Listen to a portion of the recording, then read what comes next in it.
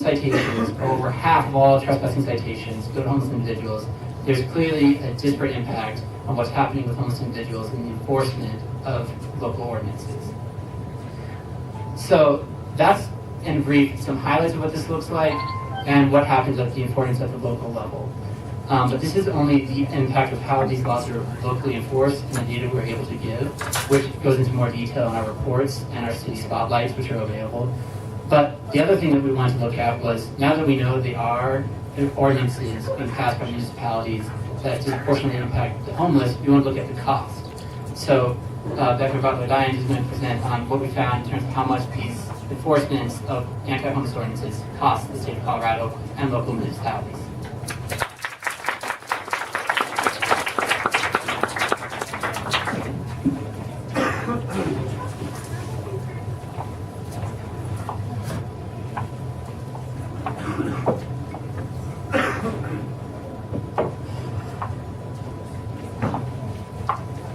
Hi, I'm Dr. Butler-Dines. So the focus that I had on this report was majority of crunching some numbers. When we were contacted by DHOL originally, one of the reasons that they felt that the Right to Arrest Act failed last year was due to the fact they didn't have an ability to articulate the financial implications of criminalizing homelessness. So that was one of our main goals to accomplish this past 6 months. We focused specifically on Denver's cost as a case study. We did this because Denver had the best data in terms of breaking out specifically how many citations were issued overall under a specific ordinance, how many of those citations were specifically identified as being given to someone who identifies as homeless, or the word that Denver uses is transient. And then further, we were able to gain the case numbers from every single citation within 5 ordinances that we identified, and we hand searched each case number on Denver County Court's website, and to learn their disposition as well as the amount of jail time that they served due to that citation. So I'm going to talk a little bit about this. I'm sure you will all have questions, and so we have time to answer some of those. We also on the website have our 3 Excel spreadsheets that really break out our math and our methodology, and further that is in the back of the report. But just to explain a little bit about what we did. So we took Denver's information and we identified 5 of their ordinances that we felt criminalized homelessness and would be, basically when we researched, it would be the most specific to homelessness. Trespassing is a huge issue in Denver. The city of Denver or the police choose to issue trespassing tickets. Yet when we went to do our research, we felt that for every trespassing ticket we could identify that was given to possibly someone who was homeless, we identified just as many that someone was not homeless. And so we chose not to have that be in our 5 list to analyze the cost, because we didn't want our data to be skewed in that form. So we chose the camping ban, the park curfews and closures, panhandling, solicitation, and urinating in public. Just to understand a little bit about the numbers that we were going off of, Michael spoke about them earlier. The camping ban in 2014, so we only focused on 2014 to kind of come up with our base number, and then we extrapolated that to further years and then to other cities.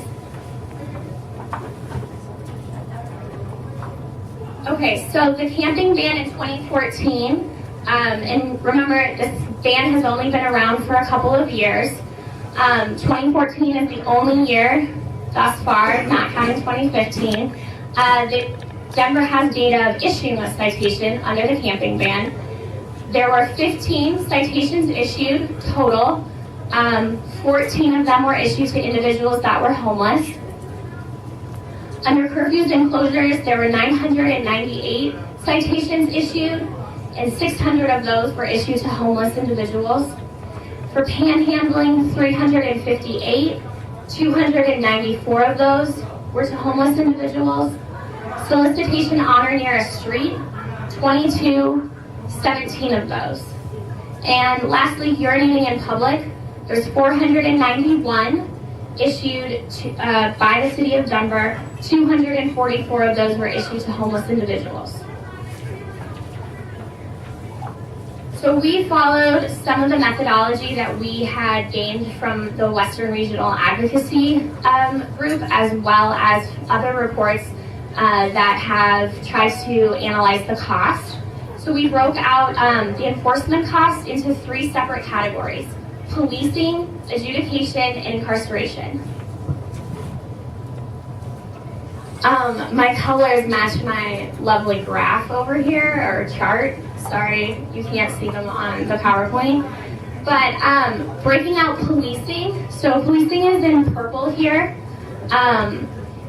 The cost of policing includes the cost of issuing a citation, as well as the cost of arresting an individual due to a failure to appear. So when we went online and we started searching each case disposition, we weren't able to identify if someone was arrested on the spot or at a later point. Because we tried to be as conservative in our number crunching as possible, we took every citation that had a failure to appear. As many of you know, a lot of these citations result in a failure to appear because the individuals who are being issued them do not have modes of transportation to get to the courthouse, do not have services to allow them to attend court. So what happens is they're issued a failure to appear when they do not appear in court on their summons date, and then a warrant is issued for their arrest. We calculated the cost of arrest in the policing, but only on the number of failures to appear. The cost in 2014, the total cost of policing for these 5 ordinances was $260,000. I would also like to just preface that we really try to be conservative. We try to be very, I guess, better word said, like choosy. And we try to be extremely picky in what we calculated because we didn't want our numbers, we wanted our numbers to be able to stand up and hold up. So we do feel that all of these numbers that we present in our report and today are under-inclusive, as we've already spoken about. So moving to adjudication. So adjudication is the court cost. It does not include the public defender. Because oftentimes an individual who receives a citation like this and who goes to court will have to wait a week or so to be assigned a public defender. Denver does have a really unique experience in the sense that they do have a municipal public defender's office, which not all municipalities have. On average, the city of Denver calculated that it costs $174 a court case in Denver's General Sessions, which is their municipal court. So calculating that for 1,169 citations that were issued under those 5 ordinances in 2014, Denver spent $203,406 in 2014. And then finally, incarceration. As many of you know, these ordinances have a maximum specifically within Denver of a $999 fine and then up to a year in jail. Yet we rarely saw that implementation or sentence. What we saw is 1 to 2 to 3 days in jail. On average, out of the 1,169 citations that we analyzed, the average was 4.61 days spent in jail per citation. It costs a little bit more than $53 a day to house someone in Denver County Jail. So calculating that, we got to $277,695.01 on incarceration costs for 2014. So we took all of that and we added it up to get our total cost of enforcement for 2014, which was $742,790.18. We applied then this methodology and extrapolated it to all of the citations that were issued between 2010 and 2013 and added that together to get a total cost that Denver spent from 2010 to 2014 by enforcing these anti-homeless ordinances was $3,236,382.28.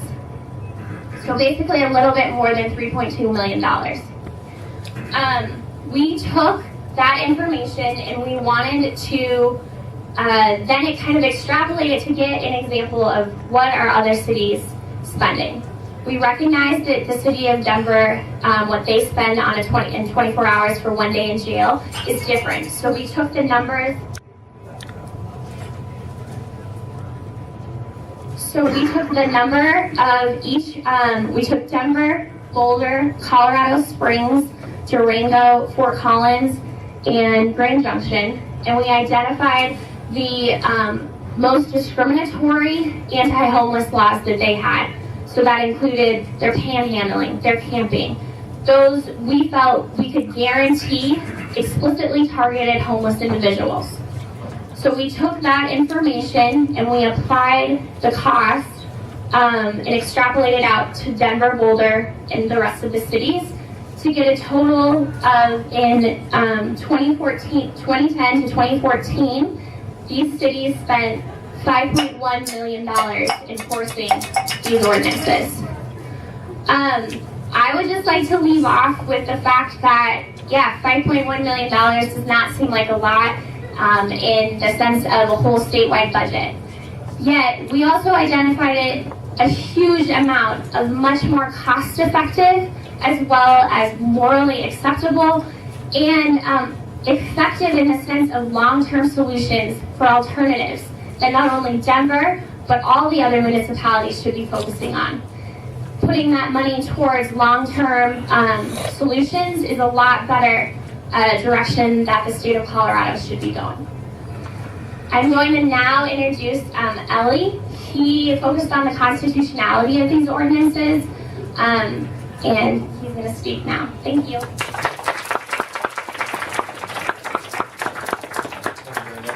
It's an honor to be here with my colleagues, Professor Rand, and of course our partner again, to speak about the constitutionality of passing and enforcing these ordinances that, as Michael had mentioned, disproportionately impact the homeless community. Specifically, we identified a few ordinances that, in particular, either the Supreme Court or the Federal District of Colorado have identified as being violating or violative of individuals' civil liberties. First and foremost, this past year, there was a landmark ruling here in the District of Colorado. Judge Arguello found that a panhandling ban in Grand Junction was actually violative of First Amendment right to freedom of speech.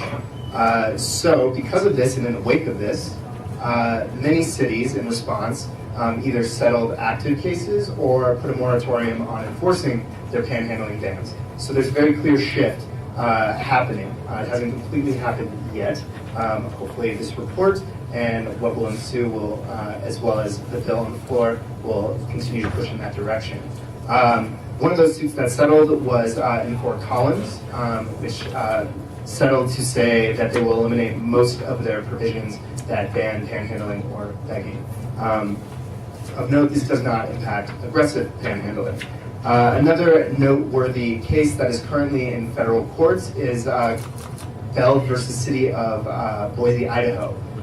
In this case, the Department of Justice, the Federal Department of Justice, has indicated that their camping ban in the city of Boise is unconstitutional because it is cruel and unusual punishment, violating individuals' 8th Amendment rights. They link this to the fact that the city of Boise only has a certain number of beds available in their shelters every night, and yet that does not meet the demand for the number of people in the homeless population in the city of Boise. This reasoning can be extrapolated to other types of ordinances, such as sit-lie prohibitions, where individuals very clearly need to rest at some point, and not allowing them to do so in a provided space seems cruel and unusual, and then further going on to punish them for doing a humanly necessary activity. Another ordinance that some municipalities still have lingering on the books are vagrancy ordinances, which in 1972 the Supreme Court found unconstitutional because it violates individuals' due process rights, does not give them proper notice.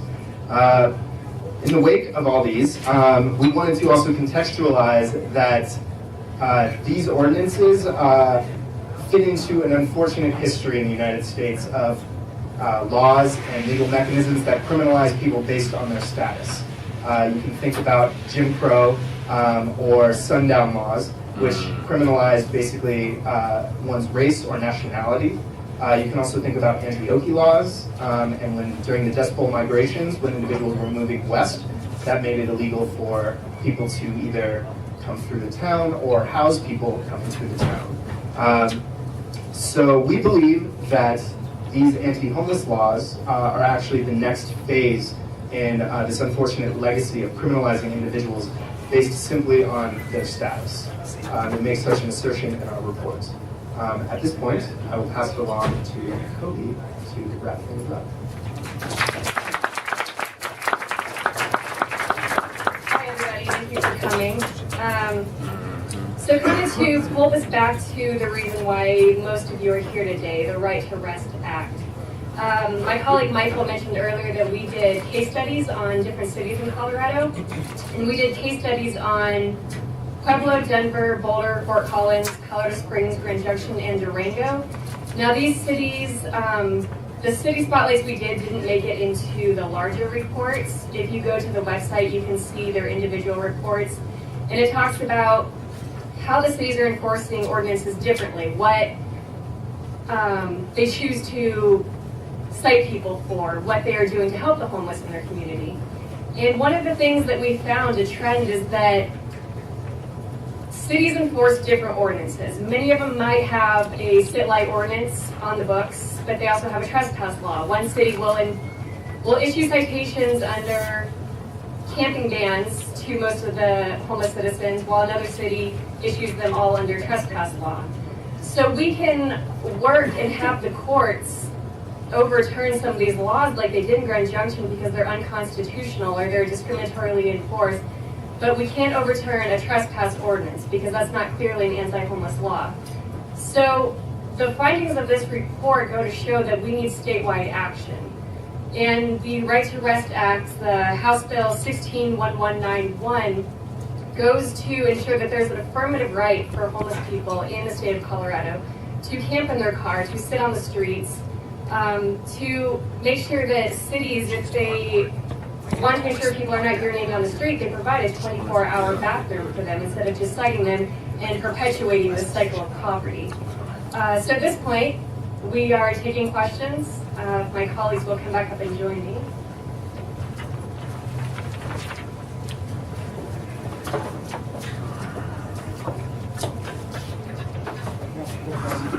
Does anybody have any questions?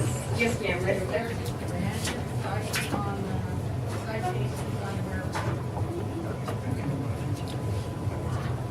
Can you say that a little bit louder, please?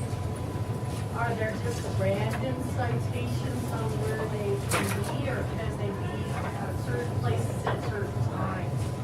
So I think, so the question is whether or not there are random citations about where people can be or if people can be in certain places at certain times. That depends a lot on the jurisdiction. So some cities have trespass laws that explicitly state they can be applied to public places once a person has been asked to leave. So under that law, if a police officer asks you to leave and you don't, you can receive a trespass citation. Cities maybe use those ordinances for different purposes. Unfortunately, we weren't able to discern a lot of that from our data. There's also a lot of laws about park closures, so you're not able to be in a park after a certain hour. Yes, so yeah, follow-up Yeah, question? that was my second follow-up question was, are all parks off for that? So that also depends on the jurisdiction, but the most common park law that we would see is that you cannot be in a park during the hours the park is closed, which often will be like from 10 p.m. to 6 a.m. or from sundown to sunup, and if you're in the park during those hours, then you can be cited. I will just add one other small fact to that, like goes to what Ali was saying. There was one city that we saw a decrease in trespass laws one year, but then we also saw the same increase in citations under the park curfew law. So we can kind of see they're cited at the same level for the same basic offense, they're just using different ordinances. That actually happened in one of the cities we looked at. So, Darren? So, what would you say to, for example, Boulder's city attorney, who last year defended laws like this and actions against homeless people as being necessary to get them into services, to direct them to help? This tick. While that notion is a noble one, and we obviously support that notion, quite simply, Boulder does not offer enough services. And frankly, that's a bit of an apples and oranges argument. Boulder should increase services, obviously, but at the same time, they need to reduce the criminalization of individuals if they do not have enough services to provide to those people who they are ticketing and citing. Thank you. I have a follow-up to that exact issue. Based on what you said before, on the case in Boise, there's not enough services and people get criminalized for it. If I understood you correctly, the judge ruled that that was unconstitutional. Not yet in that case. That case is in a bit of a procedural quagmire because it's obviously a class action and the name of the plaintiff on it has changed. So there actually has not been a ruling yet on the merits of that particular case. Yeah, right there. Sorry. In the glasses in the hand up. Since the second presenter, you had two columns, like I think it was one from 2013, one from 2014, and then the percentage of citations going to homeless individuals. And it seemed like the numbers increased considerably from one year to the next. Do you have any theory as to why that changed? Yeah, we should have. No, sorry, it's next one. That one. Yeah. And so we actually, we're working on what exactly charge we're going to put. We're going to try to put some of the actual citation information that we have, but we haven't finalized the form that we're going to make it available. But I can say, under all of these ordinances, there was that steady increase both in the total number of citations to homeless individuals and the percentage of citations under that ordinance to homeless individuals. As to why, that's a little bit outside the scope of what we researched. I will say something that came up in multiple cities that probably had at least some impact in around 2012 was the Occupy movement. There's a lot of things that were wrapped up with that that might account for some of it, but clearly that movement is not nearly the presence it is now, and the status of percentage and total numbers remain incredibly high. So it's hard to say. So we're gonna have folks with a question Come up here. come up to the microphone. I've got a question. And who did you call on? Just the guy back there, but go ahead. Great, Ed. First, thank you for all of your work. Secondly, so as you said at the beginning of this presentation, this is underrepresentative of the actual costs for a number of different reasons. And so, two questions. One, I know that NOFA requests or Freedom of Information Acts, they're not free. So, which has been part of D-Hole's difficulty in arguing these things. So, if we could get a picture of how much it costs just to find out this information, and then secondly, if you've done any work on trying to do an estimate of that greater cost. Sure. So the responses for our open records request varied across the state, across the cities. But a majority of them said, well, we could go and dig through all these citations and hand look at those, but that would take many hours and thousands of dollars. And so we had a somewhat generous budget given to us from our dean, Dean Marty Katz, the University of Denver Law School, but it didn't have enough in it to look at all of the citations and all of the data that the cities were going to charge us for.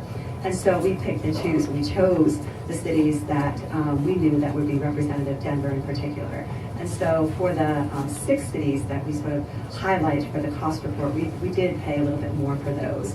How much would it cost to actually do a comprehensive look? We did not estimate that. It was outside our private university budget, if you can imagine. Sure. Wow.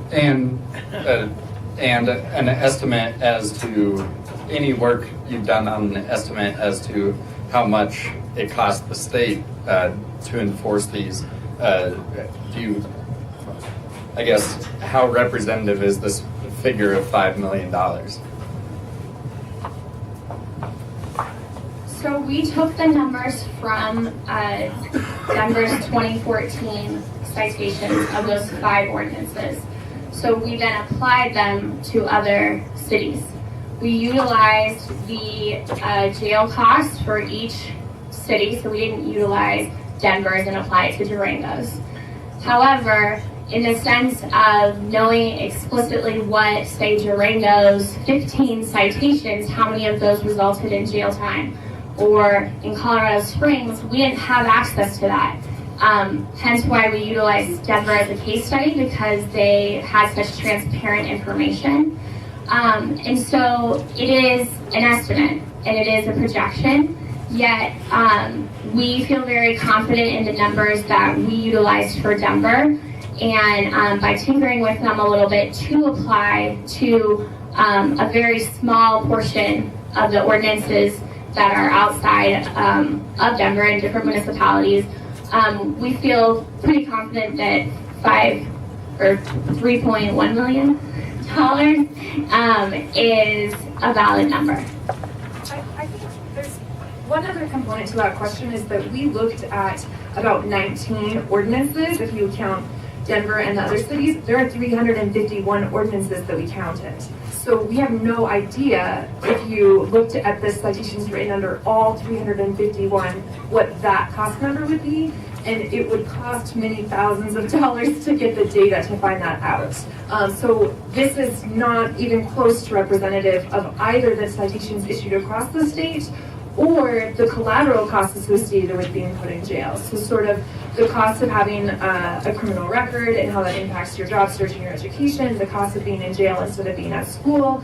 We just didn't have a way to estimate those costs. So this is just a way to show the state that what we're doing by using municipal ordinances to criminalize is not free. It costs money directly, but this is very, very underrepresentative of the total cost to the state. Thank you. You already answered my first question, which was about any idea of the cost of criminalization. I think page 28 of this report is the scariest. That idea that being incarcerated prevents you from escaping the situation at all, and the cost that has both to the individual and to the economy. The second question to Ali on the Constitution, or Ellie, sorry. Is there a constitutional argument against prohibiting someone from going into housing based on a criminal record? Because it seems like that should be something which is against any constitution that promises liberty to individuals. I mean, that question is beyond the scope of this report. Certainly other advocates have made equal protection claims. However, thus far, the Supreme Court of the United States has not ruled as such. It seems as though Professor Rand has something to add. Yeah, I'll add a little bit to that, because this is one area that I've looked at pretty extensively, which is that there is a movement to sort of ban the